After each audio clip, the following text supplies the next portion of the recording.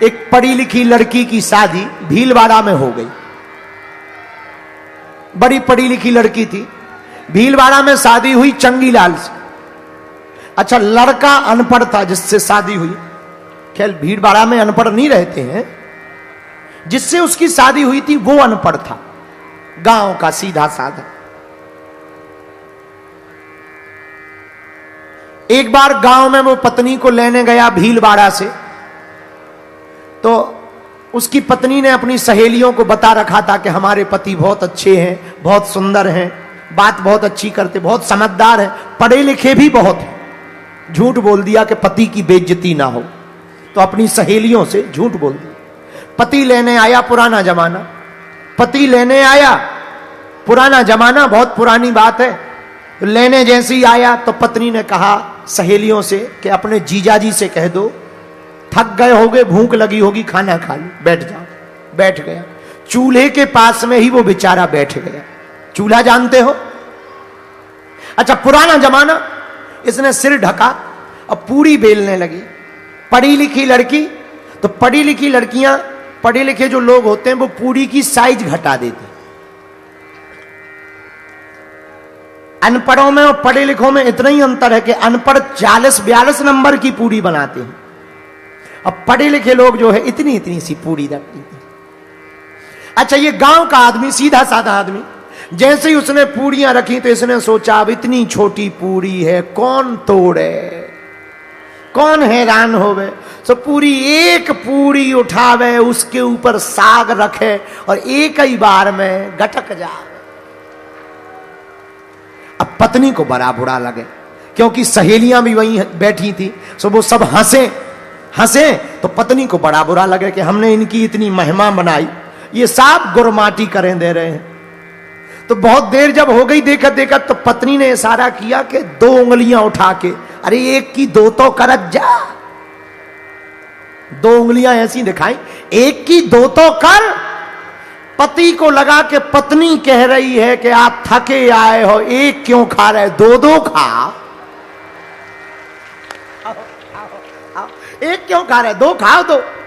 सो पति को लगा पत्नी बहुत समझदार है, तो उसने एक पूरी उठाई, ऊपर से साग रखी, दूसरी पूरी ऊपर से रखी और पिज्जा बना के खावे। और जहां 2-2 पूरी खाने लगा, सो सहेलियां और हंसी। अब इसको और बुरा लगा, इसकी पत्नी को, तो वो माथा पीटने लगी कि कौन से उल्लू से पाला पड़ गया।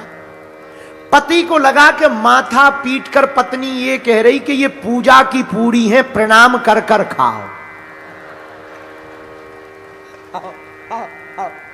अब बेचारा सीधा साधा गांव का आदमी और भीलवाड़ा का आदमी इतना सीधा होता ही है, तो बेचारा एक पूरी लेवे, साग रखे, दूसरी पूरी लेवे, फिर माथे से लगा जय पूरी माता, फिर खावे। अब सहेलियां हंसे, घर वाले हंसे, अब वो भी बेचारी, अब पत्नी कुछ ना बोली, अब संकोच में कुछ बोले ना, अब ये तो कह नहीं सकत कि क्या उल्लूपना कर रहे हैं, और सब बैठे हैं। तो अब जब कुछ बोलते नहीं बना उससे, तो पत्नी बड़ी समझदार थी, तो उसने चूल्हे में लकड़ी ली और लगाते हुए कही, अरे चूल्हे, इससे अच्छा तो पहले जैसा जल रहा था वैसा ही जलता। पति को इशारा करके कहा कि इससे बढ़िया तो वो ही ठीक था कि एक एक पूरी खा रहा था। कुछ लोग ऐसे होते हैं अर्थ का अनर्थ कर देते, कुछ लोग ऐसे होते अनर्थ का अर्थ कर देते, परमार्थ निकाल लेते। अर्थ में कुछ लोग परमार्थ निकाल लेते और कुछ लोग परमार्थ में भी अर्थ को निकाल लेते। कुछ लोगों को भगवान की भक्ति धंधा लगती है और कुछ लोगों को भक्ति भक्ति नजर आती है। अपनी अपनी दृष्टि का खेल है। हम कथा सुना रहे, सब अपने अपने मन की सुन रहे हैं, सबके अपने अपने विचार हैं, सबकी अपनी अपनी भावनाएं। उसी प्रकार जब विभीषण जी आए, सबने अपने अपने तर्क रखे, और हनुमान जी ने जो तर्क रखा, प्रभु ये परम भक्त है, इसको स्वीकार करो। भगवान ने मन में विचार किया, चाहे जैसे हो तो हमारे। भगवान ने तुरंत 2 लोगों को लेने के लिए भेजा। उभय भांति तेहि आनहु, हंसी कहि कृपा निकेत, जय कृपाल कह कपी चले, अंगद हनु समेत। अच्छा, इस दोहा में 44 नंबर का दोहा है। इसमें एक बात विचित्र आई, तुलसीदास जी ने पूरा नाम नहीं लिखा, अंगद हनु समेत, आधा आधा लिखा।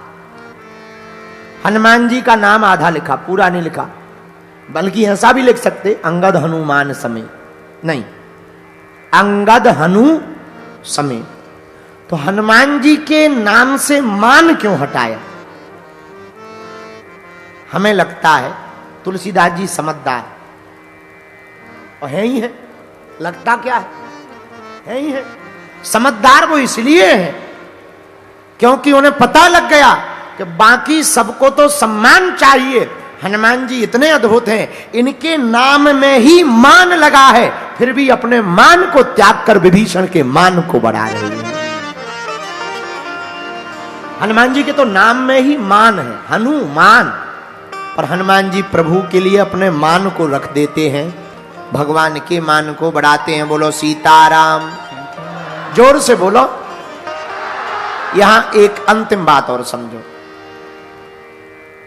भक्त वही है जो भगवान के मान को बढ़ाए, शिष्य वही है जो गुरु के मान को बढ़ाए, पुत्र वही है जो पिता के मान को बढ़ाए, पत्नी वही है जो पति के मान को बढ़ाए, और पति भी वही है जो पत्नी के मान को बढ़ाए।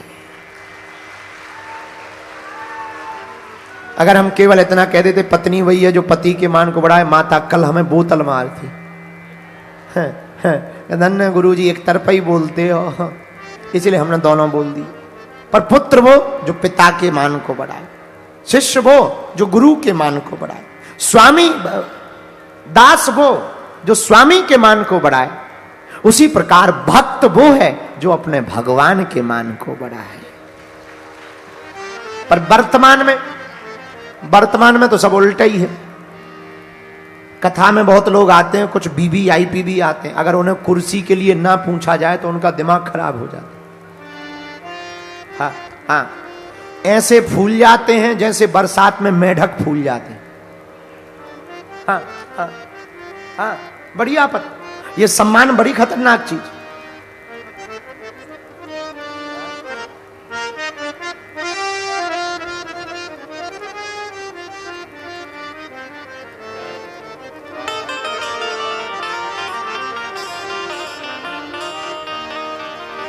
कुछ बातें चिट्ठी से पूछ लिया करो, नहीं तो हमारी क्या रेलगाड़ी फिर वो स्टेशन से उचट जाती। श्री राम जय राम जय जय राम। कुछ लोग मान के बड़े भूखे होते हैं। एक बात हम निवेदन करें आप लोगों से, कह दो करो, भगवान के घर, गुरु के घर, माता पिता और श्रेष्ठ जनों के घर, कथा में, मंदिर में, तीर्थ में, देवालय में, राजगृह, इन घरों पर सम्मान का भाव लेकर के नहीं जाना चाहिए, अपितु मान देने के भाव से जाना चाहिए। ये हनुमान जी से सीखें। हनुमान जी ऐसा करते हैं, हनुमान जी को जहां जगह मिले वहां बैठ जाते हैं। अब नाम लिख दिया तुलसीदास जी ने, जय कृपाल कह कपि चले, अंगद हनु समेत। हनुमान जी ने ऑब्जेक्शन नहीं लिया कि तुम हमारा नाम ऐसा क्यों लिखा है। कुछ लोगों का नाम पूरा ना लेके नाराज हो जाते हैं, हमारा नाम नहीं आया। तो हमने कथाओं में देखा है, कथाओं में जो जजमान थोड़ा मोड़ा दान दे देते हैं, उनकी फोटो ना छपे। तो जैसे शादियों में फूफा नाराज होते हैं, वैसे वो नाराज हो जाते। बड़ी आपत। मंचों पे ना बुलाएं, सुआपत। आरती में ना बुलाएं, सुआपत। अरे भगवान के दर पर हम लोगों को मान पाने के लिए नहीं जाना चाहिए, अपितु प्रभु के मान को बढ़ाने के लिए जाना चाहिए। ये हनुमान जी की शिक्षा है। सादर ते ही आगे करबान, सादर ते आगे करबान, चले जहां रघुपति करुणा कर, चले जहां रघुपति करुणा कर, चले जहां रघुपति करुणा कर, चले जहां रघुपति करुणा कर, दूर ही ते देखे दोराना, दूर ही ते देखे दोराना। विभीषण जी को आगे कर लिया, अंगद जी और हनुमान जी पीछे हो गए। जैसे ही आगे विभीषण जी को लेकर के गए, माई बाप विभीषण जी ने दूर से देखा, दोनों भ्राता बैठे हुए हैं। नैनानंद दान के दाता, आनंद देने वाले, नयनों को आनंद देने वाले, परम सुख के सागर, परम सुख राशि, आनंद कंद परमात्मा पूर्ण परब्रह्म श्री रामचंद्र भगवान, चंद्रमा की भांति चमकते हुए सूर्य की भांति तेज निकलता हुआ श्री राम जी और लक्ष्मण जी दोनों नेत्रों के सामने बैठे हुए हैं। और गोस्वामी जी कहते हैं, बहुर राम छवि धाम बिलोकी, रहूं ठटक एक टक पल रोकी। विभीषण जी देख करके एक टक देखने लगे, चरणों में गिर गए। श्रवण सुजस सुनि आयऊ, भव भंजन भव भीर, त्राहि त्राहि आरत हरन, शरण सुखद रघुबीर। प्रार्थना करते हैं कि कानों से आपका हमने यश बहुत सुना है, ऐसा कहकर के बार बार दंडवत करने लगे। विभीषण जी की और राम जी की बात हुई और राम जी ने बहुत गजब की चाल यहां पर चली, जो हर राजनेताओं को चलनी चाहिए। हाँ, राम जी ने भी, क्षमा करो, राम जी ने गजब की चाल चली। अच्छा, राम जी कितने बड़े राजनीतिज्ञ हैं, इसका पता इस कथा से लगता है कि जैसे ही विभीषण आया, तुरंत जल मंगवाया और तिलक कर दिया विभीषण का कि आज से तुम लंका के राजा। विभीषण जी बोले, अभी राजा तो वो है, हम कहां से राजा हो गए, वो तो मरा ही नहीं है। राम जी बोले, हमें भविष्य दिखाई देता है, तुम टेंशन ना लो। अच्छा, राजा क्यों बना दिया? राजा इसलिए बना दिया कि बीच में कहीं भाई को देखकर इसका मन डोल ना जाए, भाई का ममत्व जाग ना जाए और कहीं फिर से पार्टी ना बदल ले, इसलिए पटका भी डाल दिया और तिलक भी लगा लिया कि अब आज से तुम ही राजा हो। ये राम जी ने राजनीति का प्रयोग किया। आगे की चर्चा हम कल सुनाएंगे। आज क्योंकि 7 बज गए हैं, इसलिए कथा को विराम कर देना चाहिए। इन बच्चों का कोई उत्सव भी है, क्या है? आरती है। सीताराम, कल की सूचना सुनो पागलो, कह दो क्या? कल हम 12 बजे आ जाएंगे, अपनी घड़ी के अनुसार। फिर साढ़े होते ही नहीं, 2:30 बजे 2:30 होता ही नहीं। हाँ,